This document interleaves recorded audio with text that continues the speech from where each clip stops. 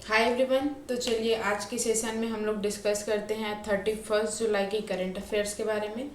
तो जैसे कि हम लोग जानते हैं कि current affairs all competition exams के लिए इम्पॉर्टेंट रहता है, चाहे SSC, railway, banking, state PCS या तो और कोई भी अदर एग्ज़ाम हो, तो ये सब चीज़ के लिए करंट अफेयर्स इम्पॉर्टेंट रहते हैं। तो चलिए आज के सेशन में हम लोग स्टार्ट करते हैं आज का करंट अफेयर्स। हर वर्ष मानव तस्करी के विरुद्ध विश्व दिवस कब मनाया जाता है? ठीक है, world day against trafficking in persons कब मनाया जाता है? तो ये 30 जुलाई को मनाया जाता है। हर वर्ष मानव तस्करी के विरुद्ध विश्व दिवस, ठीक है, 30 जुलाई को मनाया जाता है। फिर इसे संयुक्त राष्ट्र महासभा ने 2013 में प्रस्ताव A/RES/68/192 के माध्यम से घोषित किया था। ठीक है, इसको संयुक्त राष्ट्र महासभा ने 2013 में किसके माध्यम से घोषित किया था? तो ये था A/RES/68/192, इसके माध्यम से घोषित किया था। क्यों? ताकि मानव तस्करी के बारे में जागरूकता बढ़ाई जा सके और पीड़ितों के अधिकारों की रक्षा और उन्हें बढ़ावा दिया जा सके। ठीक है, तो इसके लिए तो ये सब इसको अधिकारों की रक्षा और उनको बढ़ावा देने के लिए, पीड़ितों के अधिकारों की रक्षा और उनको बढ़ावा देने के लिए संयुक्त राष्ट्र महासभा ने 2013 में इसके मानव तस्करी के विरुद्ध विश्व दिवस A/RES/68/192 के माध्यम से इसको घोषित किया था। फिर यहाँ पे इससे रिलेटेड कुछ यहाँ पे फैक्ट्स दिए गए, इसको देखते हैं। तो संयुक्त राष्ट्र महासभा द्वारा मानव तस्करी के विरुद्ध विश्व दिवस मनाया जाता है। ठीक है, संयुक्त राष्ट्र महासभा के द्वारा कब? 30 जुलाई को प्रतिवर्ष मनाया जाता है। और इसको घोषित कब किया गया था? तो ये 2013 से मनाया जाता है। ठीक है, संयुक्त राष्ट्र प्रस्ताव मतलब ये किसमें लिखा हुआ है? तो ये A/RES/68/192, तो ये इसके प्रस्ताव में लिखा गया है। और इसका उद्देश्य क्या है इस डे को मनाने का? तो ये है मानव तस्करी के प्रति जागरूकता बढ़ाना, मानव तस्करी के पीड़ितों के अधिकारों की रक्षा करना, मानव तस्करी की रोकथाम एवं उससे निपटने के लिए वैश्विक प्रयासों को मजबूत करना। ठीक है, तो ये इसके कुछ उद्देश्य है जिसके कारण यह मनाया जाता है। फिर आगे यहाँ पे देखते हैं, इसमें कुछ इसका मेन फोकस भी यहाँ पे दिया गया है और यहाँ पे एजेंसीज दी गई है। ठीक है, संयुक्त राष्ट्र एजेंसी, तो ये कौन है? तो ये है संयुक्त राष्ट्र मादक पदार्थ एवं अपराध कार्यालय। ठीक है, United Nations office of on drugs and crime, जिसको शॉर्ट में UNODC के नाम से भी जाना जाता है। और इसकी थीम क्या थी 2026 की, मतलब भी 2026 की इसकी थीम क्या थी? तो वो थी ट्रैप्ड बिहाइंड द स्कैम। ठीक है, ये उसकी थीम थी। और इसमें कुछ संदेश भी दिया गया है। ठीक है, महिलाओं, पुरुषों और बच्चों को प्रभावित करते हैं। मानव तस्करी मानवाधिकार एक गंभीर उल्लंघन है जो हर देश में पुरुषों, महिलाओं और बच्चे को प्रभावित करते हैं। ठीक है, तो ये उसका कुछ संदेश दिया गया है यहाँ पे। और ये अभियान का प्रतीक यहाँ पे क्या है? तो ये ब्लू हार्ट है इस अभियान का प्रतीक। ठीक है, फिर यहाँ पे आगे देखते हैं हम लोग। हाल ही में चर्चा में रहा अल्लूरी सीताराम राजू अंतर्राष्ट्रीय हवाई अड्डा। ठीक है, ये एक एयरपोर्ट का नाम दिया गया है, अल्लूरी सीताराम राजू अंतर्राष्ट्रीय हवाई अड्डा। तो ये आंध्र प्रदेश के किस जिले में स्थित है? ठीक है, तो यहाँ पे ये एक एयरपोर्ट का नाम दिया गया है अल्लूरी सीताराम राजू, जो कि कौन सा ये एयरपोर्ट किस स्टेट में, जो ये आंध्र प्रदेश स्टेट है उसके कौन से डिस्ट्रिक्ट में ये स्थित है, ये पूछा गया। तो ये है विजयनगरम में। ठीक है, जो ये एयरपोर्ट है वो कहाँ पे स्थित है? आंध्र प्रदेश की, तो वो है विजयनगरम में। ठीक है, तो यहाँ पे दिया गया है ये आंध्र प्रदेश के विजयनगरम जिले के भोगपुरम में। ठीक है, ये विजयनगर जिला के अंडर में ये एक भोगपुरम और जगह है जहाँ पे ये एयरपोर्ट स्थित है। फिर यहाँ पे आगे देखते हैं इससे रिलेटेड कुछ क्वेश्चंस। जो ये एयरपोर्ट है वो कहाँ पे है, भोगापुरम, जो कि विजयनगर डिस्ट्रिक्ट में, ये आंध्र प्रदेश स्टेट है। ठीक है, और ये किस टाइप का है जो ये एयरपोर्ट है वो, ये ग्रीनफील्ड अंतर्राष्ट्रीय हवाई अड्डा है। ठीक है, ग्रीनफील्ड इंटरनेशनल एयरपोर्ट है। और इसके विकासकर्ता कौन है, इसके डेवलपर कौन है, तो ये है GMR Visakhapatnam international airport limited.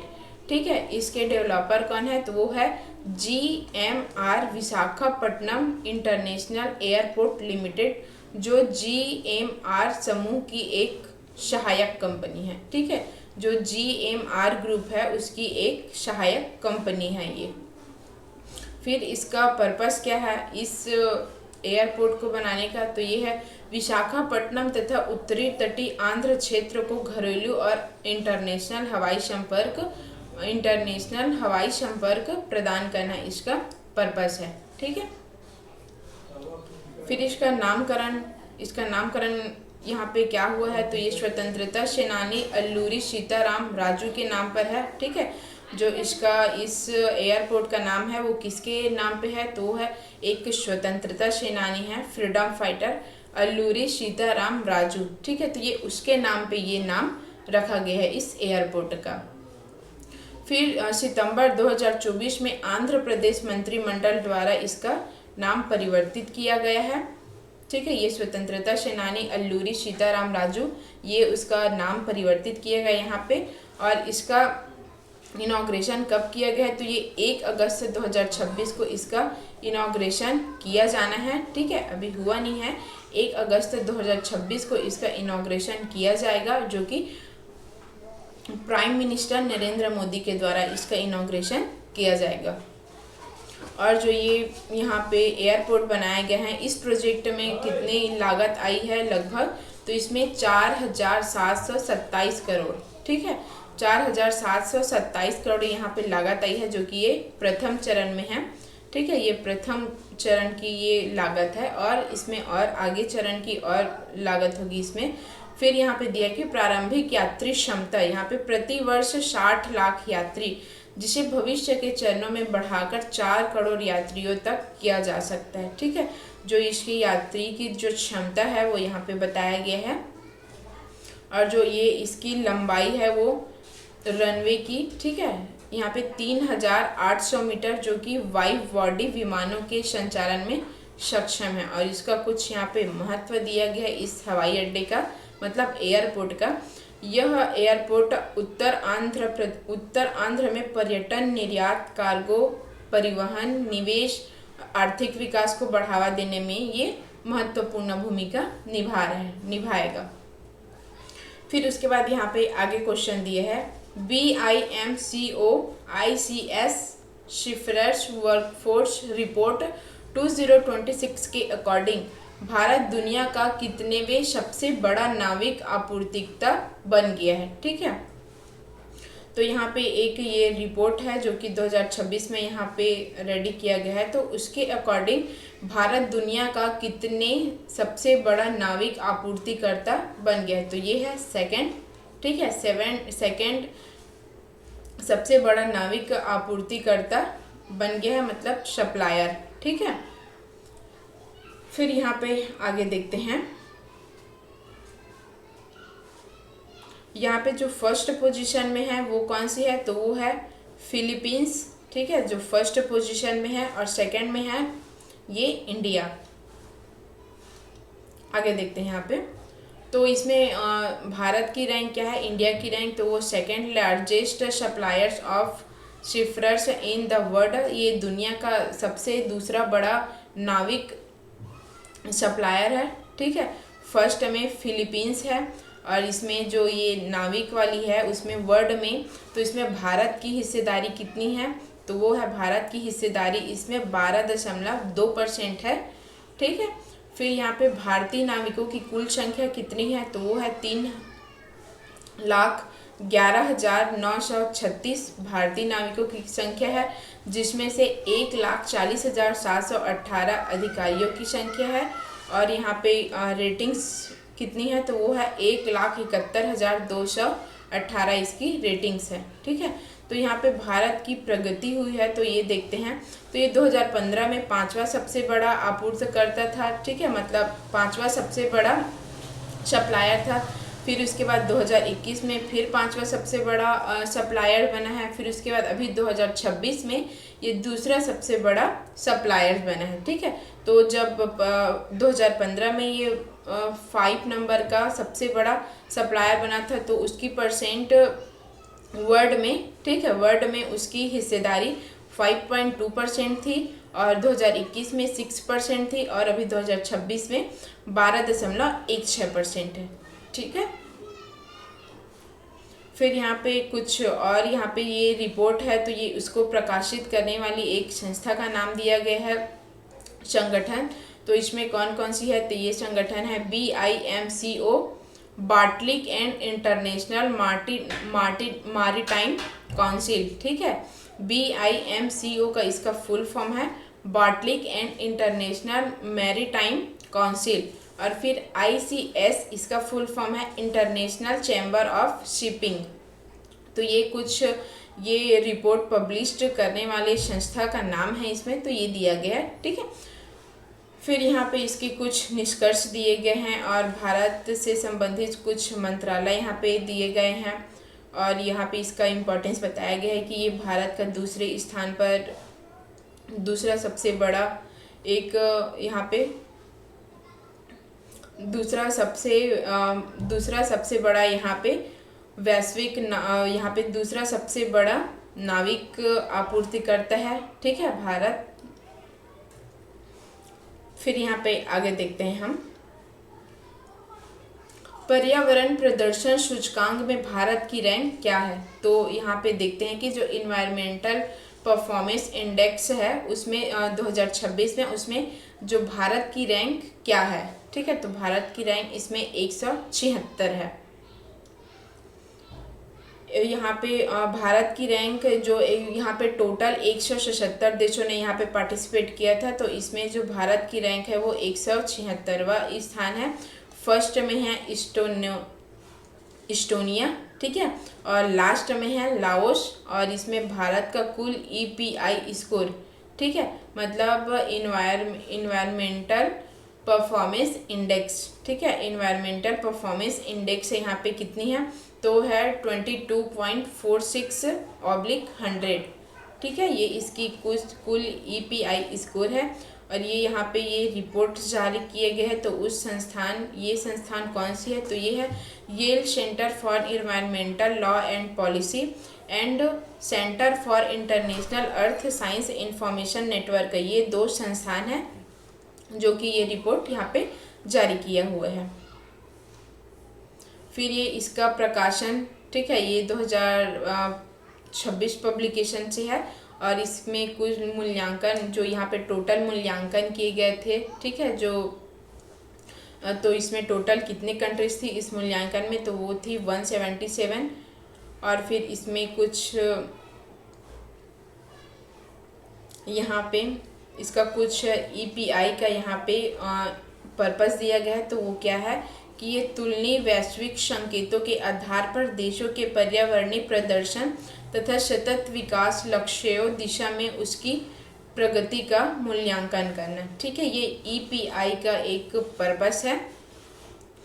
और यहाँ पे जो कवर किए गए यहाँ पे कुछ संकेत है, तो इसमें से 3 नीति है, ठीक है। यहाँ पे 3 टाइप्स के इंडिकेटर्स है, तो वो यहाँ पे है। फिर उसके अंडर में 12 मुद्दा श्रेणियाँ हैं इशूज कैटेगरी से, जिसमें फिर उसके बाद यहाँ पे 40 इंडिकेटर्स है, ठीक है।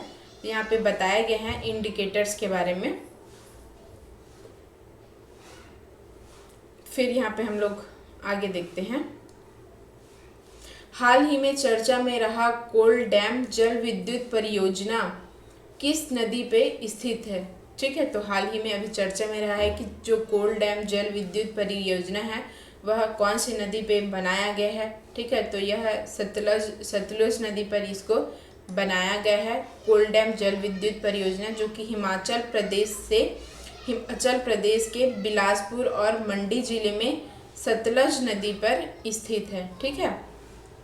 हिमाचल प्रदेश के बिलासपुर और मंडी जिले में सतलज नदी पर ये स्थित है कोल डैम जल विद्युत परियोजना। यह एनटीपीसी द्वारा विकसित पहली जल विद्युत प्रोजेक्ट है, ठीक है, जो कि एनटीपीसी द्वारा विकसित यह फर्स्ट जल विद्युत प्रोजेक्ट है। तो यह प्रोजेक्ट किस नदी पे बनाया गया? तो ये सतलज नदी में बनाया। कहाँ पे है? तो ये बिलासपुर एवं मंडी जिले में, जो कि हिमाचल प्रदेश में है। और ये कितनी यहाँ पे जल विद्युत स्थापित इंस्टॉल कर सकता है, इसकी कैपेसिटी कितनी क्या है? तो ये 800 मेगावाट है, जो कि 4 पार्ट्स में डिवाइड है, ठीक है। तो एक एक से यहाँ पे 200 मेगावाट यहाँ पे 200 मेगावाट इसकी कैपेसिटी है एक एक की।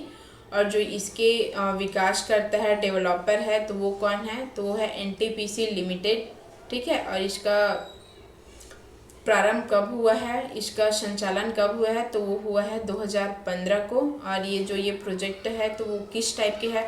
तो ये है रॉकफिल बांध पर आधारित रन ऑफ द रिवर जल विद्युत परियोजना, जिसमें सीमित जल भंडारण की व्यवस्था है, ठीक है। और जो ये डैम है इसकी हाइट कितनी है? तो ये 167 मीटर। और यह पूरा ईयर में कितना यहाँ पे विद्युत उत्पादन करेगा? तो ये लगभग 3055 मिलियन यूनिट यहाँ पे विद्युत उत्पादन करेगा। फिर इसका कुछ इम्पोर्टेंस दिया गया है। तो ये क्या क्या है? एनटीपीसी की पहली जल विद्युत परियोजना है। और यहाँ पे भाखड़ा जलाशय में पहुँचने वाली गाद को ऊपरी क्षेत्र में रोककर उसके संचालन जीवन को बढ़ाने में सहायता करती है। उत्तरी विद्युत ग्रिड को बिजली आपूर्ति मजबूत करती है। तो ये इसके कुछ ये इम्पोर्टेंस है, ठीक है, इस डैम के। तो चलिए यहाँ पे हम लोग नेक्स्ट क्वेश्चन देखते हैं यहाँ पे आगे। तो इसमें क्या बोला गया है? 16वीं हॉकी इंडिया जूनियर पुरुष राष्ट्रीय चैंपियनशिप 2026 का आयोजन कहाँ किया गया? ठीक है। तो यहाँ पे हॉकी इंडिया मतलब ये हॉकी का आयोजन यहाँ पे जूनियर मेन के लिए किया गया है। तो ये कहाँ पे किया गया है? तो ये पूछा गया है। तो ये है कोयम्बटूर, जो कि तमिलनाडु में, ठीक है। कोयम्बटूर जगह का नाम है, जो कि तमिलनाडु में है। तो ये वहाँ पे आयोजन किया गया है हॉकी इंडिया 16वीं hockey India junior men national championship, ठीक है। तो यहाँ पे आयोजित किया गया है। तो फिर इसका आयोजन 28 जुलाई से लेकर 8 अगस्त तक है, ठीक है। जो ये इसका ये टूर्नामेंट है तो वो कब से कब तक चलेगा? तो ये 8 जुलाई से 8 अगस्त तक, 28 जुलाई से 8 अगस्त तक चलेगा। जिसमें इस कंपटीशन में कितने टीम यहाँ पे पार्टिसिपेट किए हैं? तो ये 30 टीम यहाँ पे राष्ट्रीय खिताब के लिए 3 डिवीजनों में प्रतिस्पर्धा कर रही है। फिर ये देखते हैं कहाँ पे आयोजित हुआ है। तो ये है कोयम्बटूर तमिलनाडु में 16वीं हॉकी इंडिया जूनियर पुरुष राष्ट्रीय चैंपियन, जो कि 2026 में अभी आयोजन होना है यह टूर्नामेंट को। तो ये 28 जुलाई से लेके 8 अगस्त तक आयोजित की जाएगी। और इसके आयोजक कौन है? तो ये है हॉकी इंडिया, ठीक है, इसके ऑर्गेनाइज़र। और इसमें पार्टिसिपेट करने वाली टोटल कितनी टीम है? तो है 30। और जो इसका कंपटीशन का जो फॉर्मेट है वो 3 डिवीज़न में है, डिवीज़न ए, डिवीज़न बी, डिवीज़न सी, ठीक है। तो ये 3 डिवीज़न में इसको पार्टिसिपेट किया गया है, यहाँ पे पार्टिसिपेट किया गया है। और इसका पर्पस क्या है इस टूर्नामेंट का? तो इसमें जूनियर पुरुष राष्ट्रीय चैंपियन का निर्धारण करना तथा डिवीज़नों के बीच प्रमोशन और रेगुलेशन तय करना, ठीक है, ये इसका पर्पस है। तो यहाँ पे देखते हैं कि डिवीज़न ए में यहाँ पे क्या बताया गया है। तो डिवीज़न ए में राष्ट्रीय चैंपियन के लिए शीर्ष टीमें प्रतिस्पर्धा करती है, ठीक है, डिवीज़न ए में। और जो ये इसका ओपनिंग डे है वो डिवीज़न सी पूल ए में असम और मिजोरम के बीच मुकाबला खेला गया, ठीक है। जो इनॉग्रेशन डे था उसमें डिवीज़न सी ने जो पूल ए में असम और मिज़ोरम के बीच में यहाँ पे मुकाबला खेला गया था, ठीक है। फिर यहाँ पे आगे देखते हैं हम लोग। 2026 में 81 परपेचुअल बॉन्ड्स जारी करने वाला पहला भारतीय बैंक कौन सा बनने जा रहा है, ठीक है। तो यहाँ पे 2026 में 81 परपेचुअल बॉन्ड जारी करने वाला, ठीक है, तो कौन सा पहला भारतीय बैंक है तो बनने जा रहा है, तो वो है SBI बैंक। ठीक है, भारतीय स्टेट बैंक ये पहला भारतीय बैंक बनने जा रहा है, जो कि 2026 में AT1 परपेचुअल बॉन्ड्स जारी करने वाला पहला बैंक बनने जा रहा है। ठीक है, तो है भारतीय स्टेट बैंक। और इसकी जो अभी करंट अपडेट है वो क्या है, तो इसमें SBI वित्त वर्ष 2026-27 में एडिशनल टायर 1, ठीक है, AT1 मतलब एडिशनल टायर 1 परपेचुअल बॉन्ड्स जारी करने वाला पहला भारतीय बैंक बनने जा रहा है।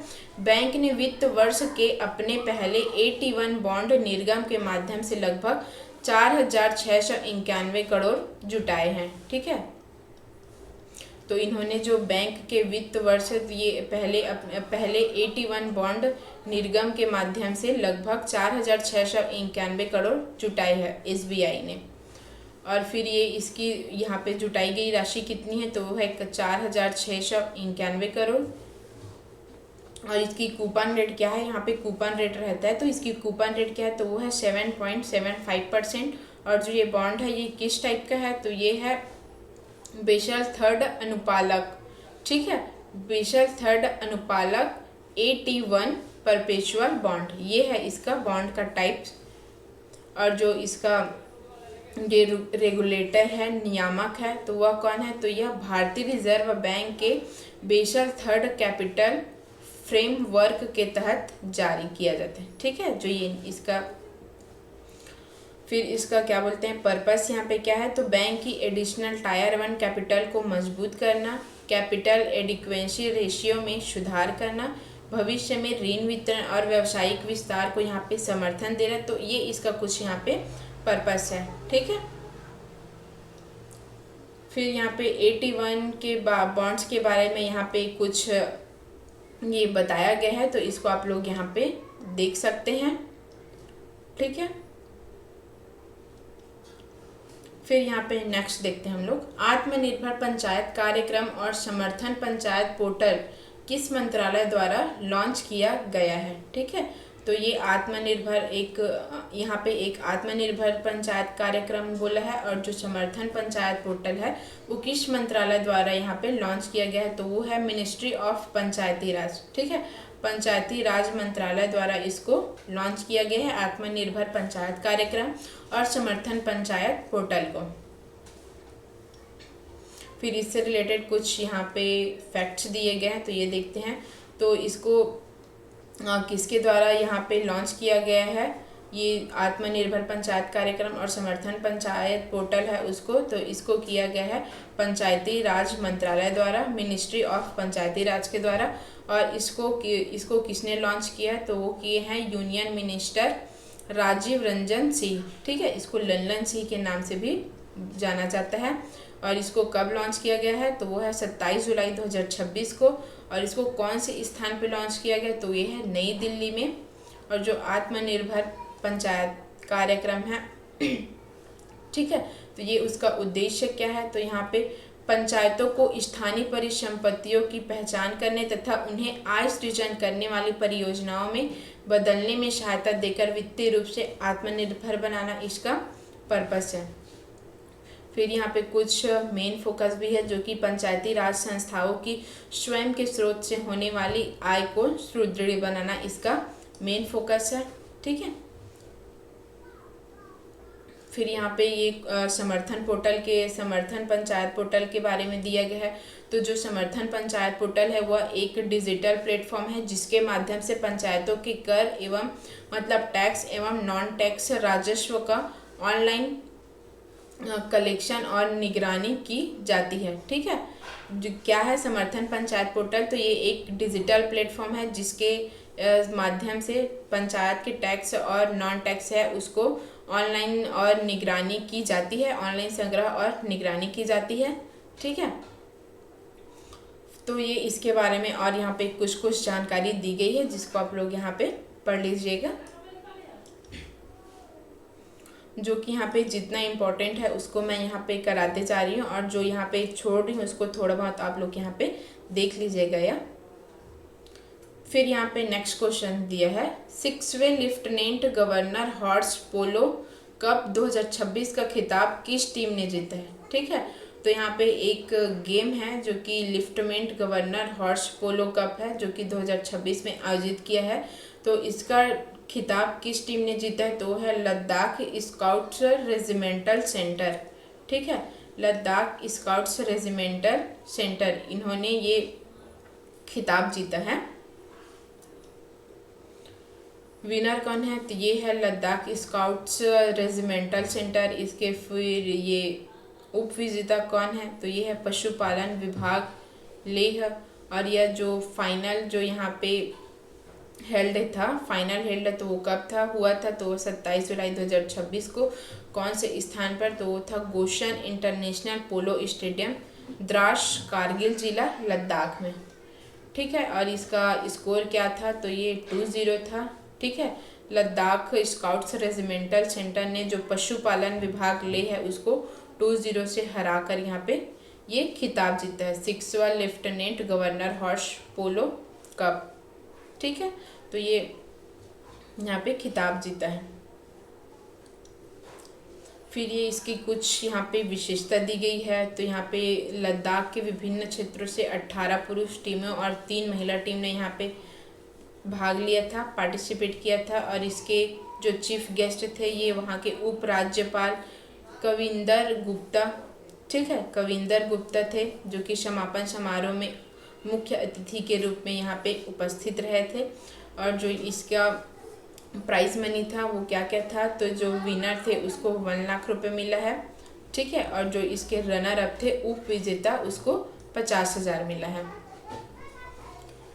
फिर अनाउंसमेंट यहाँ पे कब हो, यहाँ पे अनाउंसमेंट क्या है, तो वो अगले संस्करण से विजेता टीम को, ठीक है, यहाँ पे ये अनाउंसमेंट किया गया है। तो वो अनाउंसमेंट क्या है, जो नेक्स्ट एडिशन आएगा उसमें से विजेता टीम को यहाँ पे 2 लाख दिया जाएगा, और जो उप विजेता है उसको 1 लाख की यहाँ पे पुरस्कार राशि प्रदान की जाएगी। अभी यहाँ पे 1 लाख विजेता को दिए गए हैं और उप विजेता को 50 लाख, और नेक्स्ट से इसमें 2 लाख विजेता को दिए जाएंगे और 1 लाख उप विजेता टीम को। ठीक है, तो आज का सेशन हम लोग यहीं तक रखते हैं। अगर आपको इससे रिलेटेड कोई भी इंक्वायरी होगी तो नीचे डिस्क्रिप्शन बॉक्स में व्हाट्सअप नंबर दिया गया है, आप उस पर इंक्वायरी कर सकते हैं। और जो ये इस क्लास का PDF है वो टेलीग्राम चैनल में अपलोड हो जाएगा, जो कि नीचे डिस्क्रिप्शन बॉक्स में टेलीग्राम चैनल का लिंक दिया गया है।